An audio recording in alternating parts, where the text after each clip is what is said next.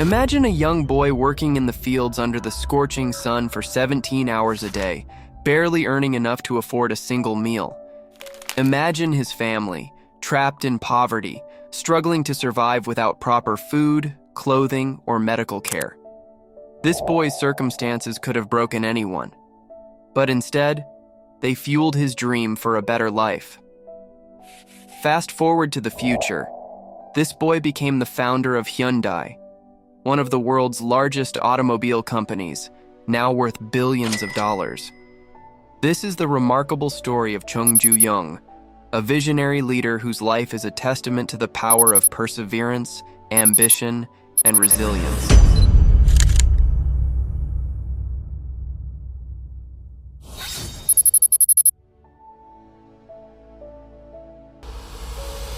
Chung Ju-yung was born in 1915 in a small village in Korea during a time when the country was under Japanese colonial rule. His family was extremely poor, surviving on subsistence farming. Even as a child, Chung had no choice but to work in the fields with his parents and siblings. The family worked tirelessly from dawn to dusk, yet hunger was a constant companion.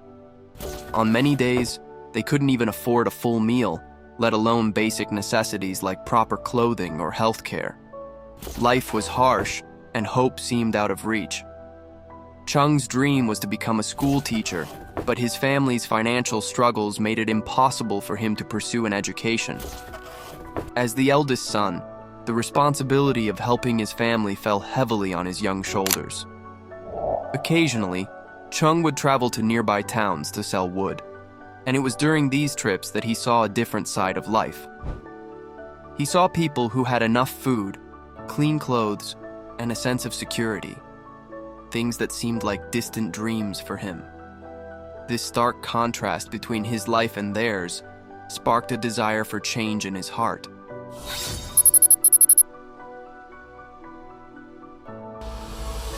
In 1932, at the age of 16, Chung made a bold decision. He realized that working in the fields would never free his family from poverty. He decided to leave his village in search of a better life. One night, without telling his family, he quietly left home with a friend. They walked over 160 kilometers to Kowon City, where they found work as construction laborers. For the first time in his life, Chung earned his own money. It was a moment of pride and independence for the young boy. But his newfound freedom was short-lived. After 2 months, his father discovered where he was and brought him back home. Chung returned to the fields, but something inside him had changed. He had tasted independence and he couldn't let go of his dream. Over the next 2 years, Chung attempted to escape 3 more times. Each time, his father found him and forced him to return. However, in 1934, during his 4th attempt, he successfully reached Seoul and began working odd jobs. This marked the true beginning of his journey.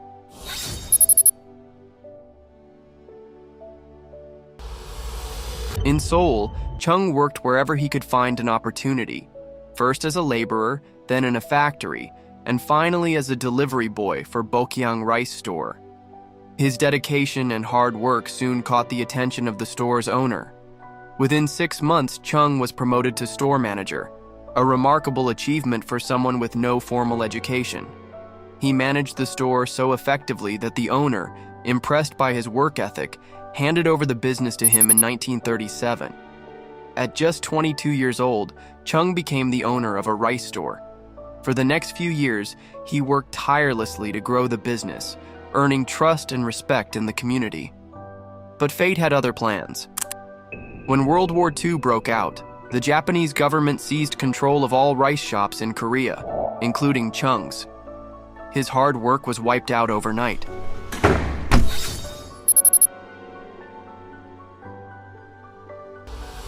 Though devastated, Chung refused to give up. He began exploring other business opportunities, focusing on industries that the Japanese government couldn't control. This led him to the car repair business.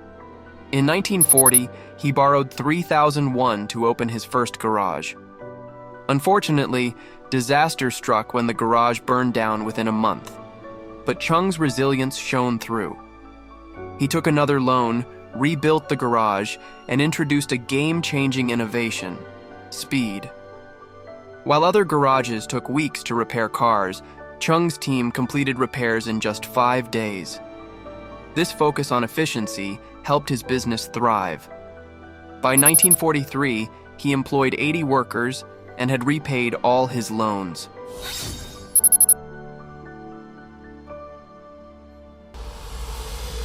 After World War II, Korea gained independence from Japan, but the country was soon divided into North and South Korea.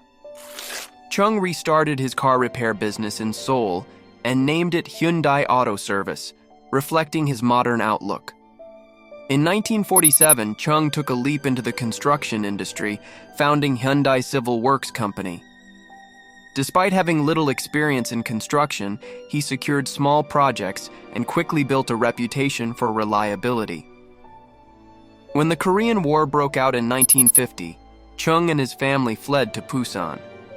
Even amid the chaos of war, Chung found opportunities, constructing warehouses and facilities for the U.S. Army. His ability to deliver projects on time earned him the trust of the Americans, paving the way for Hyundai's growth.